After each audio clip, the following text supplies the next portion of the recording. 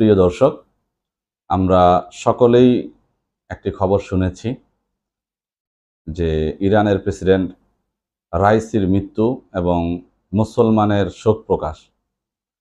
এই বিষয়টাকে কেন্দ্র করে বর্তমান সোশ্যাল মিডিয়াতে, ফেসবুক, ইন্টারনেটে আমরা দুপক্ষ দেখতেছি। অর্থাৎ কোনো কোনো মুসলমান ইরানের পক্ষ নিচ্ছে, আবার অধিকাংশ মুসলমান ইরানের পক্ষ নিচ্ছে না। তো আসলে এই ক্ষেত্রে আমাদের কার পক্ষ নেওয়া উচিত? রাইসির মৃত্যুতে আমাদের শোক প্রকাশ করা উচিত নাকি উচিত না? আসলে আমরা তো শোক প্রকাশ করি বা ইন্না লিল্লাহি ওয়া ইন্না ইলাইহি রাজিউন বলি, যেটাই বলি সেটা আসলে একজন মুমিনের জন্য আমরা করে থাকি। যদি আমরা শিয়াদের দিকে তাকাই, তখন আমরা দেখব যে শিয়ারা আসলে আহলে সুন্নাত ওয়াল জামায়াতের আকীদা অনুযায়ী তারা মুমিন কিনা। দেখেন, শিয়াদের ভিতরে 12টা প্রকার আছে আমরা জানি, এবং এর ভিতরে সবচাইতে খতরনাক যে প্রকারটা, সবচাইতে ভয়ানক যে প্রকার, সেটা হচ্ছে ইসনা আশারিয়া। এই প্রকারটাকে সর্বসম্মতিক্রমে এই প্রকারটাকে সকলেই কাফের বলেছে, এবং এই প্রকারের যারা আকীদা লালন করে তাদের অনেক ভয়াবহ আকীদা আছে। অর্থাৎ এর ভিতরে একটা আকীদা হচ্ছে যে তাদের দাবি বা তাদের আকীদা হচ্ছে যে হুজুর সাল্লাল্লাহু আলাইহি ওয়াসাল্লামকে নবুয়ত ভুল কর্মে দেওয়া হয়েছে। অর্থাৎ জিবরাইল আলাইহিস সালাতু ওয়াস সালামকে আল্লাহ তাআলা হযরত আলীর কাছে পাঠাইছেন, আর হযরত আলীর কাছে নবুয়ত না দিয়ে মুহাম্মদ সাল্লাল্লাহু আলাইহি ওয়াসাল্লামকে জিবরাইল আলাইহিস সালাতু ওয়াস সালাম ভুল করে দিয়ে গেছেন।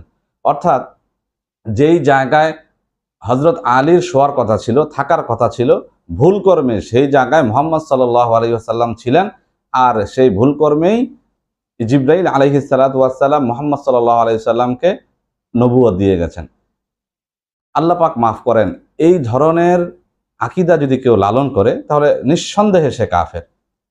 এরপরে শেরে খোদা হিসাবে আলী রাদিয়াল্লাহু তাআলা আনহুকে আল্লাহর সাথে তুলনা করা, এরপরে তারা আমাদের 4 খলিফাকে নিয়ে যেই মন্তব্য, এমনকি তাদের এই ধরনের দৃষ্টতা আমরা পূর্বে দেখেছি যে 4 খলিফার কবরের সামনে গিয়ে, অর্থাৎ হজরতে ওমর রাদিয়াল্লাহু তাআলা আনহু, হজরতে আবু বকর সিদ্দিক রাদিয়াল্লাহু তাআলা আনহুর কবরে তারা জিয়ারত করতে যেয়ে আল্লাহর রসুলের কবরে সালাম পেশ করেছেন, এবং এই 2 বড় সাহাবীর কবরের সামনে যায় তারা লানত পেশ করেছেন। অর্থাৎ তাদেরকে তারা পছন্দ করেন না, এবং লানাল্লাহ তারা এই শব্দটা উচ্চারণ করেছেন।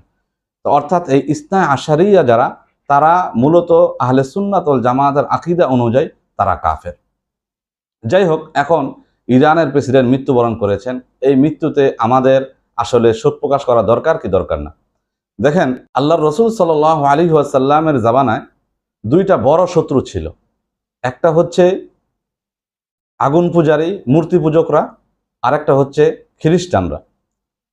তো যখন এই রোমকদের সাথে যুদ্ধ হয়, অর্থাৎ খ্রিস্টানরা যখন রোমকদেরকে পরাজয় করেন এবং খ্রিস্টানরা যখন বিজয় হয়, তখন আল্লাহর রসুল সাল্লাল্লাহু আলাইহি ওয়াসাল্লাম যখন এই সংবাদটা শুনেন, তো তিনি খুশি হয়ে যান, এবং এই আলোচনা সূরা রোমের ভিতরে আছে, আমরা জানি।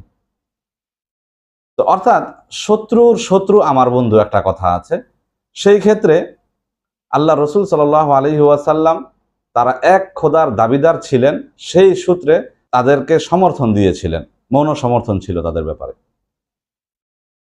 ঠিক তেমনিভাবে ইরানের কিছু কার্যক্রম যা মুসলমানদেরকে আনন্দিত করেছে, যেমন ফিলিস্তিন ইস্যুতে ইরানের সরাসরি ভূমিকা রাখা, সহযোগিতা করা, এবং ফিলিস্তিনের মুজাহিদ ভাইদেরকে সহযোগিতা করা, অস্ত্রের মাধ্যমে হোক, খাবারের মাধ্যমে হোক, বিভিন্নভাবে। তবে এই ক্ষেত্রে আমরা আমাদের একটা কথা অবশ্যই জেনে রাখা দরকার যে আসলে শিয়ারা আসলে মূলত চায় কি? দেখেন, ইহুদিরা যেইভাবে পুরো আরব দেশকে দখল করতে চায়, ঠিক শিয়ারাও কিন্তু পুরো আরব দেশকে দখল করতে চায়। এবং যদি আমরা দেখি, দেখেন, আমাদের সুন্নিয়তকে ধ্বংস করে প্রত্যেকটা যেই জায়গার ভিতরে সুন্নিয়তকে ধ্বংস করা হয়েছে, আহলে সুন্নাত ওয়াল জামায়াতের আকীদাকে যেখানেই ধ্বংস করা হয়েছে, সেই জায়গায় শিয়া মতবাদ প্রতিষ্ঠা হয়েছে। যদি আমরা লক্ষ্য করি ইরাকের দিকে, দেখেন সাদ্দাম হুসাইনকে হত্যা করার পর থেকে নিয়ে আজ পর্যন্ত সুন্নিদের অর্থাৎ আহলে সুন্নাত ওয়াল জামায়াতের অনুসারী দিন দিন কমেছে এবং তাদের উপর অত্যাচার নির্যাতন এত বেশি বেড়েছে যা কল্পনাই করা যায় না। এবং বর্তমানে শিয়াদের তৎপর এত বেশি যে ওইখানে আগে সংখ্যা লঘু ছিল, এখন সংখ্যা ঘনিষ্ঠ তারা হয়েছে। এমনকি তা আমরা দেখছি গত নির্বাচনেও শিয়াদের পক্ষ থেকে তারা প্রেসিডেন্ট নির্বাচনও করেছে। যাই হোক, সিরিয়ার দিকে লক্ষ্য করেন, ইয়ামানের দিকে লক্ষ্য করেন, অর্থাৎ তাদের দিন দিন তারা শিয়া মতবাদকে ছড়াইতেছে এবং তাদের একটা সবচেয়ে বড় দাবি হচ্ছে তারা মক্কা মদিনা সহ পুরো আরব দেশে তারা দখল করবে। ঠিক এই দাবিদার ইহুদিরাও। তো আমাদের দুজনেই দুশ্মন।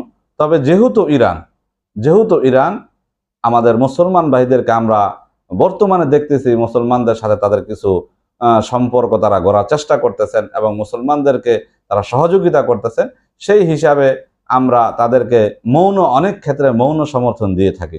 তবে শরীয়তের দৃষ্টিতে, আহলে সুন্নাত ওয়াল জামায়াতের দৃষ্টিতে তারা শিয়ারা অবশ্যই কাফের। আল্লাহ তাআলা আমাদেরকে সঠিকটা বুঝার তৌফিক দান করেন।